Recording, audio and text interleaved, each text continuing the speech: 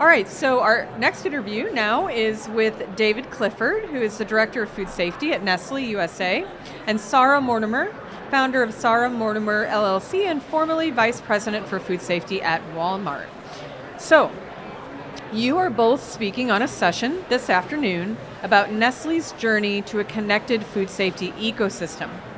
Now, from both of your perspectives, across Nestlé's implementation, David, and your experience at Walmart, Sara, what are the biggest organizational barriers to scaling digital HACCP, and how can companies overcome them? David, maybe you want to lead us off. Yeah, for Nestlé being a global organization, and we're trying to put digital HACCP in 350 factories at the same time and numerous R&D centers, the number one barrier that we faced going in was knowledge and capability. Mm-hmm. And so standardizing the knowledge base that folks had on traditional technical HACCP was a critical unlock for us to be able to be efficient on the digital side. Mm-hmm. We needed informed super users that could adjust and work within the system.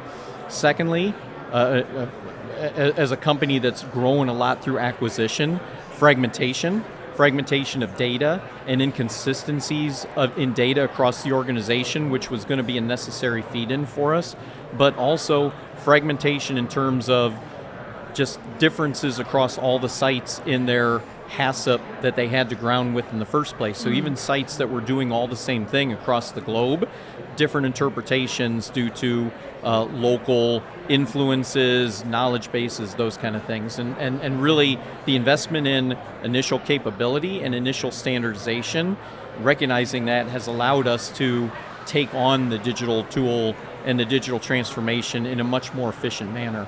Mm-hmm. Yeah, it sounds like, a lot of work went into coordinating all of that, but I think, we're going to hear more about that on the session, right? Sara, from your perspective, having led global food safety at a global organization like Walmart, what do you think about digital HACCP and the barriers to overcoming? Just listening to David as well, I think from many suppliers I've been into, many companies I've been into, people are so busy. Mm-hmm. So I think time is a huge barrier for many people, and they've already got a HACCP system, it's certified, so why kind of fix what's not broken in theory? It's a big investment, so there's the investment piece of it, but it's investment in time and money, and I think it's just for any big project, it's a heavy lift. I'm sure David would agree, it must have been a massive lift at Nestlé. Yeah, of course. Smaller company, I guess it would be less of a lift. And you've got to be able to see the rewards at the end of the day, if it's so-say working. Mm-hmm. But I think knowledge, I'd agree with David, knowledge also is another sort of aspect of that, making sure you've got the right knowledge to put into a digital system, because if you haven't got a great system to start with, digitalizing it isn't going to fix it. Right. So there's a lot of that as well, but I think one of the barriers is probably time and effort when you're very busy. Yeah. All right, well, thank you both for your perspectives on that. Now, Sara, given your background in large-scale retail food safety systems, how do you see digital HACCP changing the way companies standardize hazard analysis and maintain consistency across diverse operations? Yeah, I was thinking about that. I think there's an opportunity for us to maybe use digitalization to share good information more widely.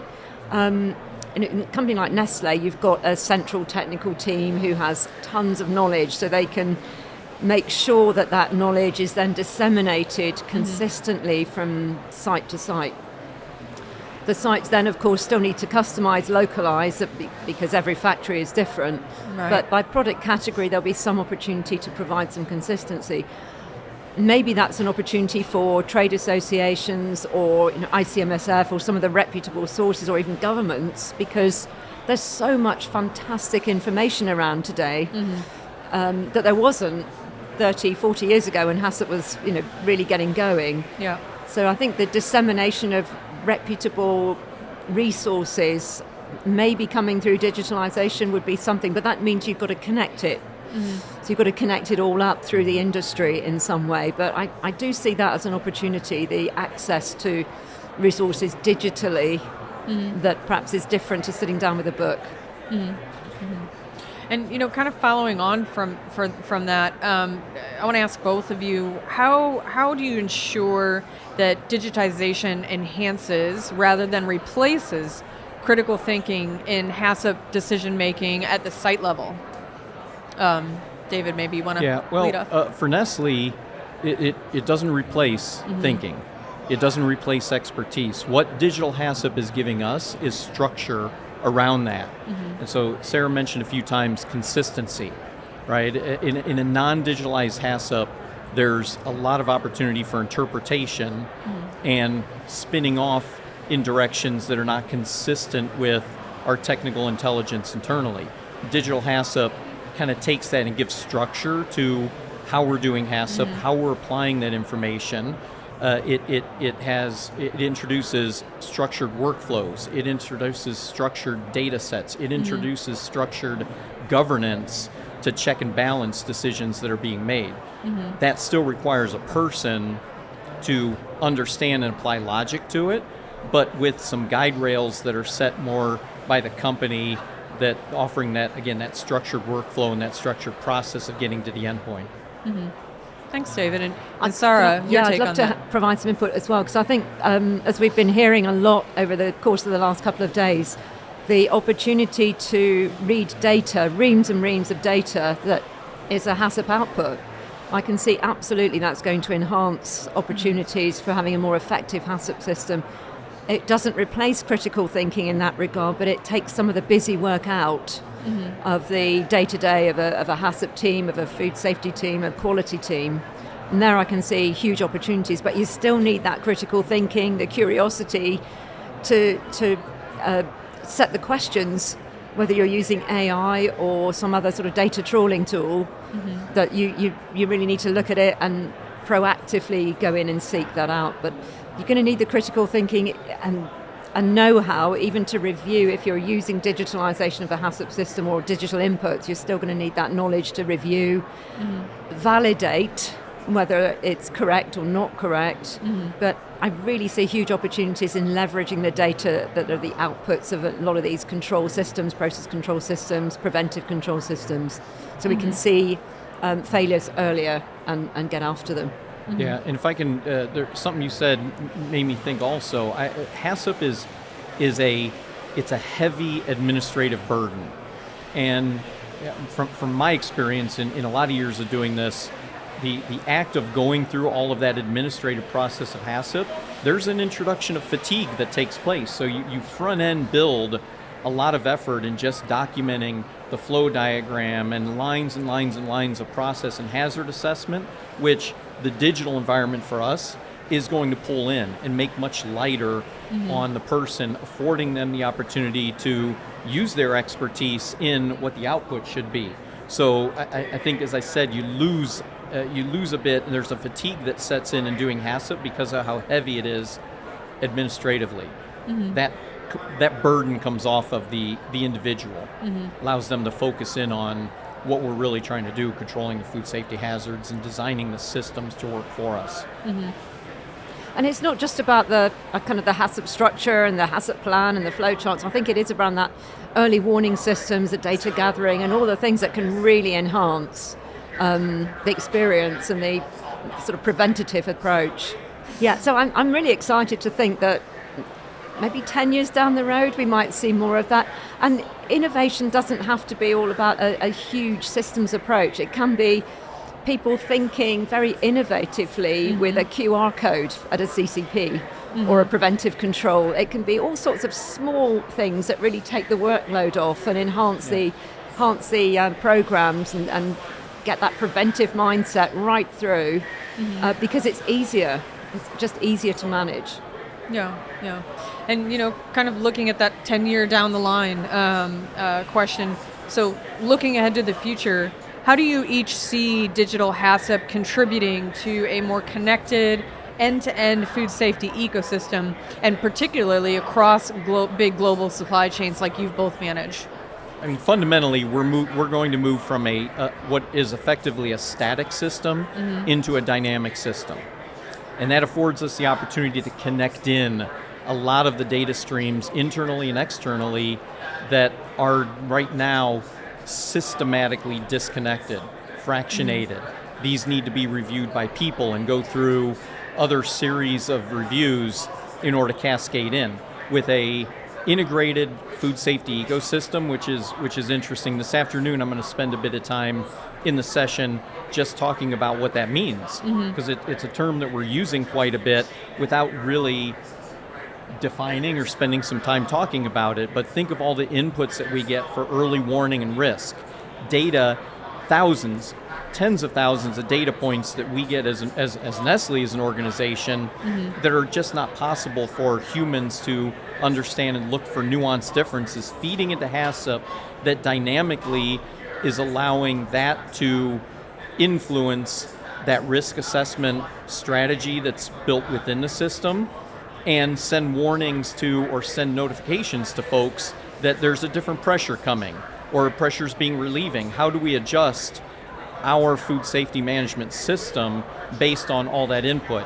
And cycling back, how effective are those changes back to the beginning as a risk management device as well? So the strength of all the data that we get, all the intelligence that we get internally as well as externally, and leveraging that for a dynamic system.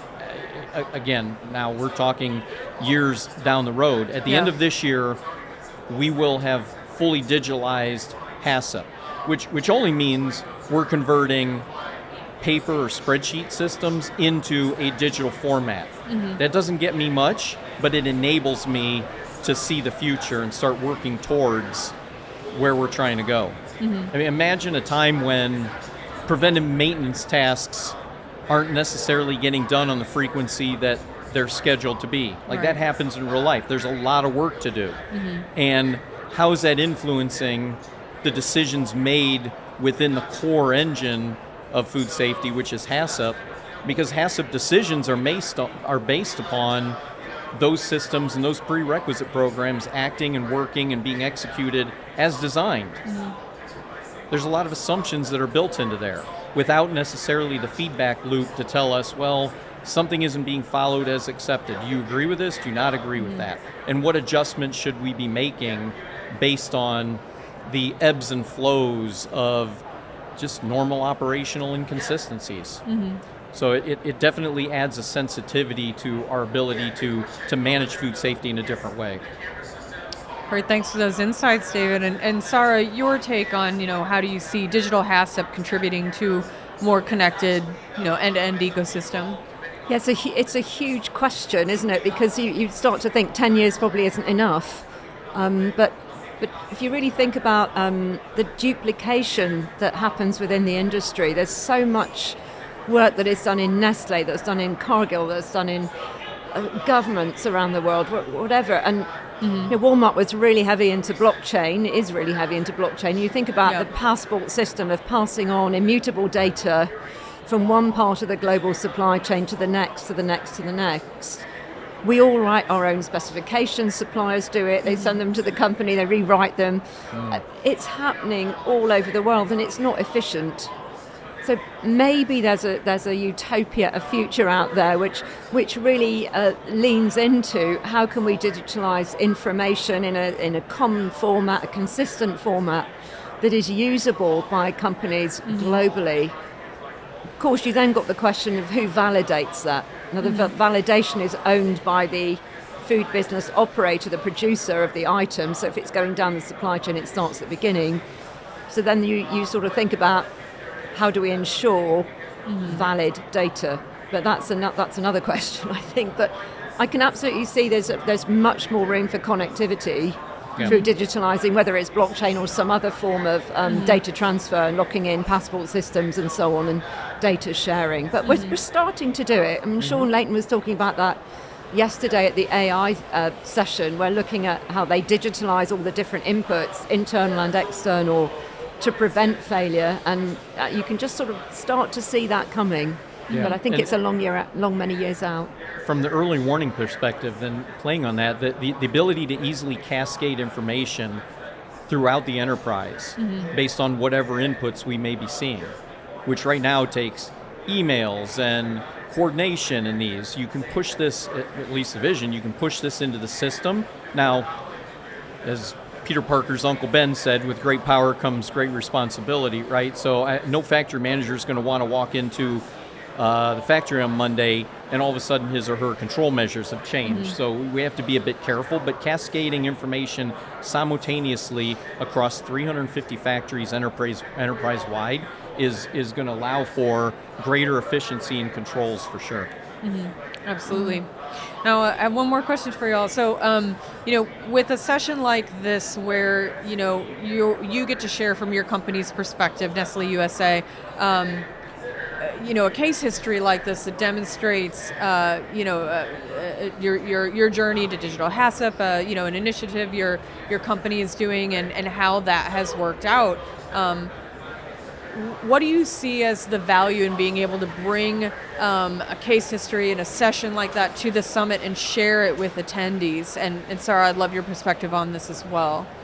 Well, in a large organization like I'm part of with Nestlé, we have a lot of internal horsepower to ideate on what is possible.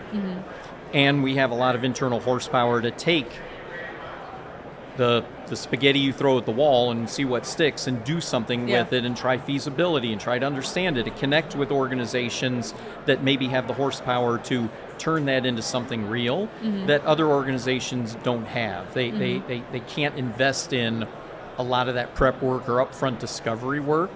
So I think that's the gift that we can give back to the smaller organizations is this is a real thing, this is possible. It doesn't have to be on the scale that we're doing it, but digitalizing and connecting is there's resources available, and certainly, I mean, we all own the improvement of food safety, right? We all own public protection, public health protection. Anytime something happens in the industry, it affects all of us in one way or another.